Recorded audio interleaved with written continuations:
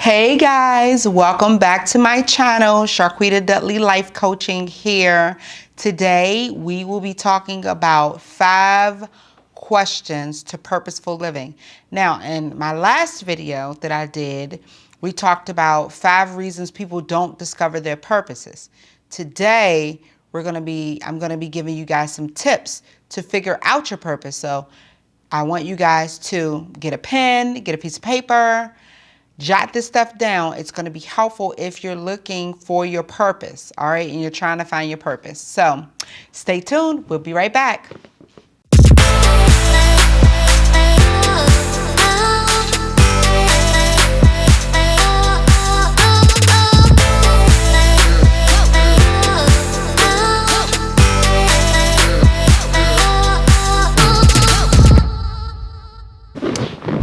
Hey guys, I am back. So again, Sharquita Dudley Life Coaching here. If you like the information you're about to hear, I want you to like, subscribe, and hit that bell, ding, to get notifications on all of my videos. All right, so today we're talking about 5 questions to purposeful living. All right, so we walk through this world and wonder about 5 areas of our lives. You all know by now, in all of my endeavors and positions, that there are 5 areas that in life that I focus on holistically, all right? And I told you guys last video about my acronym P.S.M.E.P.S, all right? So it stands for Purposeful Living, Spiritual Health, Mental Health, Emotional Health, Physical Health, and Social Health, all right? So let us today discuss purposeful living. All right.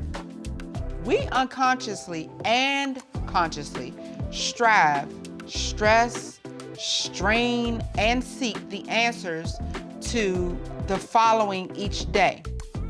Number 1, our identity. Number 2, our origin. Number 3, potential. Number 4, our purpose. And number 5, our destiny. Unfortunately, sometimes we fall by the wayside and the wrong road looking for the answers to these. There are 5 questions we ask ourselves in this life, and if we can answer these, we unlock the keys to life abundantly. Epic life. There is no life of business as usual, but an epic life. A life filled with the intended purposes and blessings of destiny. If we can answer these questions, we can live life in what I like to call the sweet spot. What is the sweet spot? Living in your identity, knowing where you're from, confident in your potential, knowing your purpose, and living out perspective of destiny. So here's the thing. Many people, unfortunately, do not get to answer these questions, to the former, for looking in wrong places or listening to the wrong people. I would be remiss without bringing the Bible into this conversation. It has the answers to all the life questions. All right, here we go. Question number 1, who am I?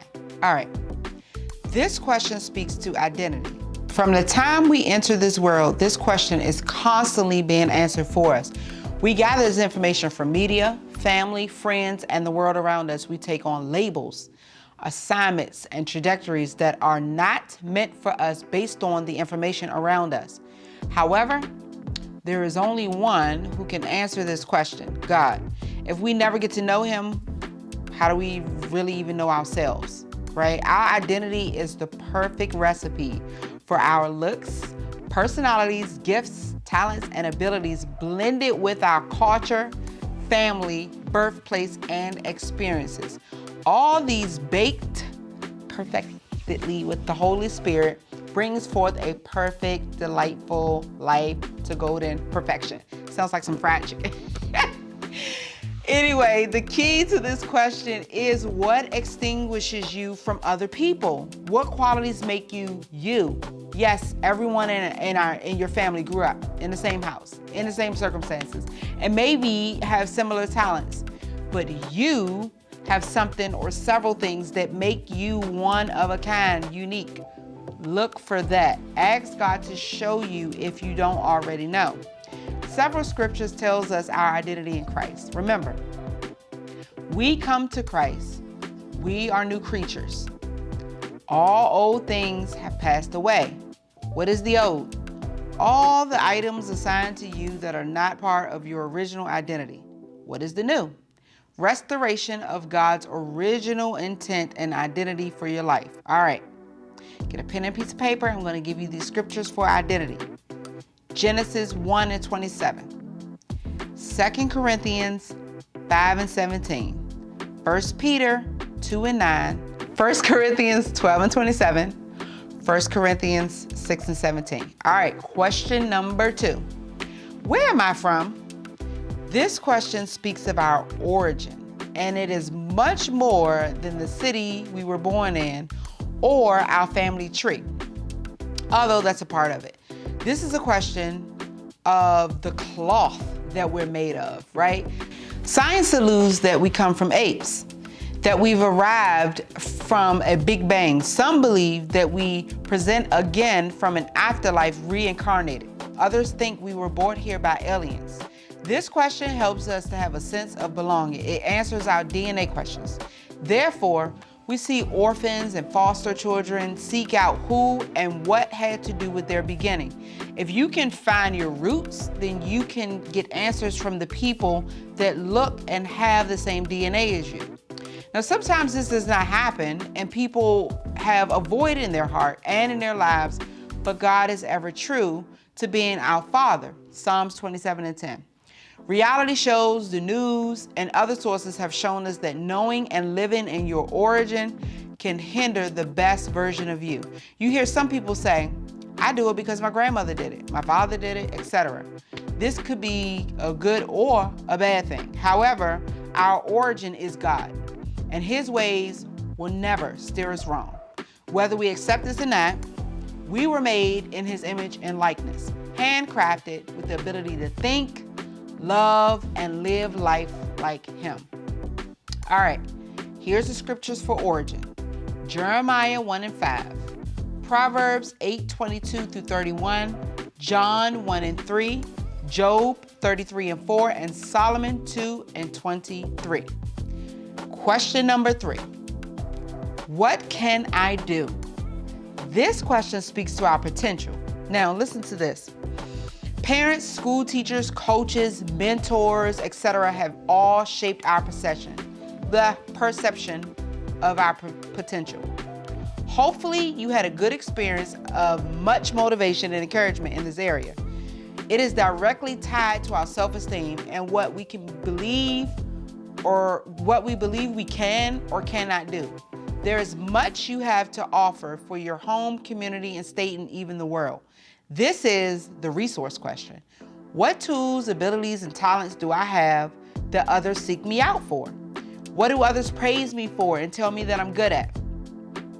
Now, people get bullied for things that later become their greatest assets, right? Like the skinny girl who later became the top model, or the guy who had big lips and later became an amazing singer. Unfortunately, sometimes we can be in situations where the people around us do not have good sight of their abilities, much less ours, right, or yours. Don't hold it against them. They probably are victims of an unpursued life caused by trauma, fear, or generational of their own insecurities. Also, there may be people in your life that see things in you and point you in that direction, right? Whether it's a talent to sing or them seeing you have potential to take over the family business, you may feel a pull in a different direction. Those people may be right about your ability, but have one piece of the puzzle. We prophesy in part. Only God has the entire picture. So it's important not to let people box you in the concept of their minds. Remember the man in the Bible with the 10 talents? He multiplied them. It is okay that you don't feel comfortable with all your gifts, talents, and abilities, even new ones you would like to acquire. We can do all things through Christ that strengthens us.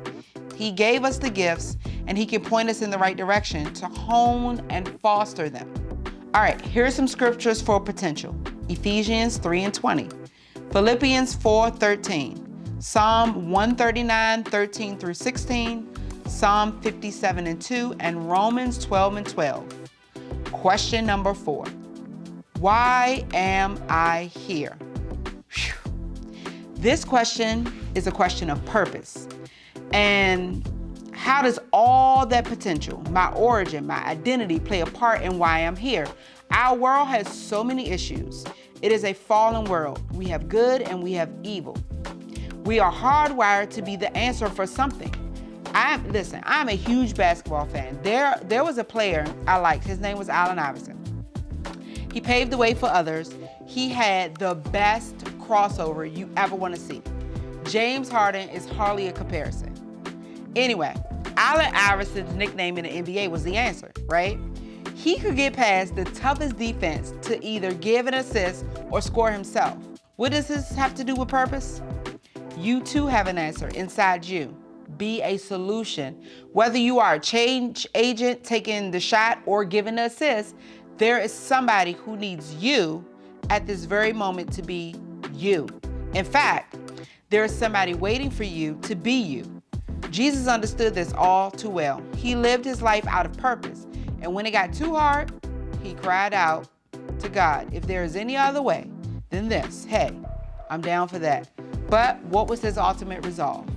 Not my will, but your will, Father. He chose the will of the Father in the end. So this lets me know a couple things. To whom much is given, much is required. Our will and purpose are impactful, efficient, and effective when we submit to the Father's will. Father knows best. What are the things in society that makes you angry? What do you see a solution for? What are you willing to struggle for? What did the child you love to do? How would you save the world from the biggest issue in your eyes? During COVID-19, I said in another video, purpose has been a recurrent theme in my therapy sessions among my clients.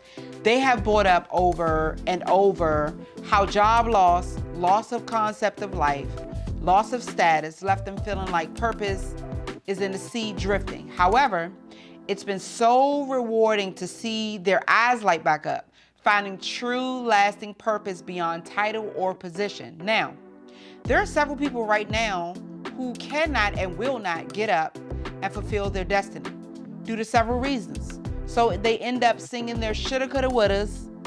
Their hearts ache over certain things, but for whatever reason, they feel it's someone else's job, or I don't have what it takes, or I'm too limited. Also, people give up because the road gets difficult. God did not promise that it would be trouble-free or pain-free.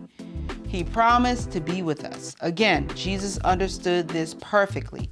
He had battles and blessings at the same time. He carried his purpose while spending time with the Father for strength, comfort, acceptance, direction, truth, and wisdom. He overcame them and fulfilled his purpose. I don't know about you, but there is no one I would want to walk this out with. This leads me to the last question we ask ourselves. I'll get to that question in a second, but let me give you these scriptures for purpose. Jeremiah 29:11, Ephesians 2:10, Ephesians 1:18, Micah 6:8, Acts 3:19 through 21. All right, question number 5. What is my end? This question speaks to our destiny. What is destiny? Look at the root word, destined. It makes me think of destination, right? Where do all your roads lead to? All these things you're doing, will they lead to life in the light or life in the dark? We're just living this life to live again. Yes, everyone will die in their natural body.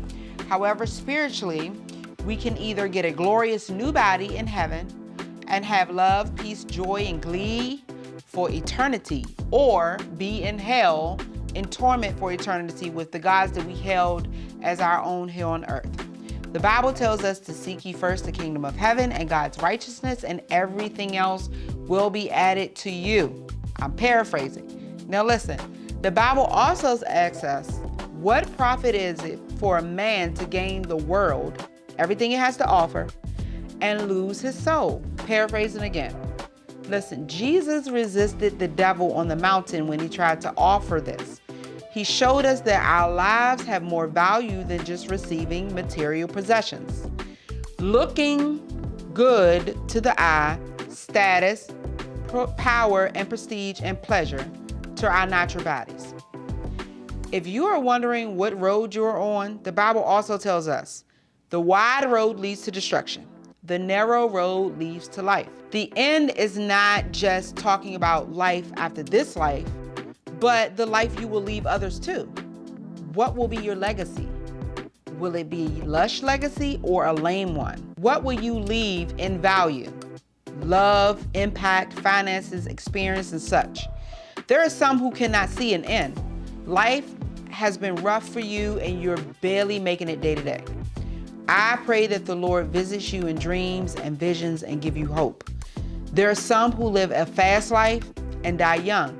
There are some that end was nearer than they expected due to tragedy or circumstance. We won't be here forever. I believe that God has a book with all our names on it, with pages filled with plans for us in terms of blessings and assignments, people to bless, things to accomplish. Wouldn't it be cool if everyone set in their hearts and minds to accomplish everything in that book? Here's a question. If you knew you were going to die 1 year from today, what would you do? How would you want to be remembered? Let's make it count. I encourage you to seek God for your identity, origin, potential, purpose, and destiny. Here is scriptures for destiny. Matthew 7:13 through 14, John 10:10, Proverbs 20:24, Psalm 16:5, Romans 8:27. Shout out to my brother Mark Fenderson for the concepts and questions here he presented during a great conversation we had last week. Check out his podcast on life lessons with Mark Fenderson. If you would like more coaching in this area of purposeful living, please reach out at sharquitadudley@gmail.com, or you can reach me on my website, epiclife.me. If you liked the information you got today of the 5 questions for purposeful living, make sure that you like, subscribe, hit that bell, ding, so that you can get the notifications for all of my videos. All right, you guys, be blessed. Bye.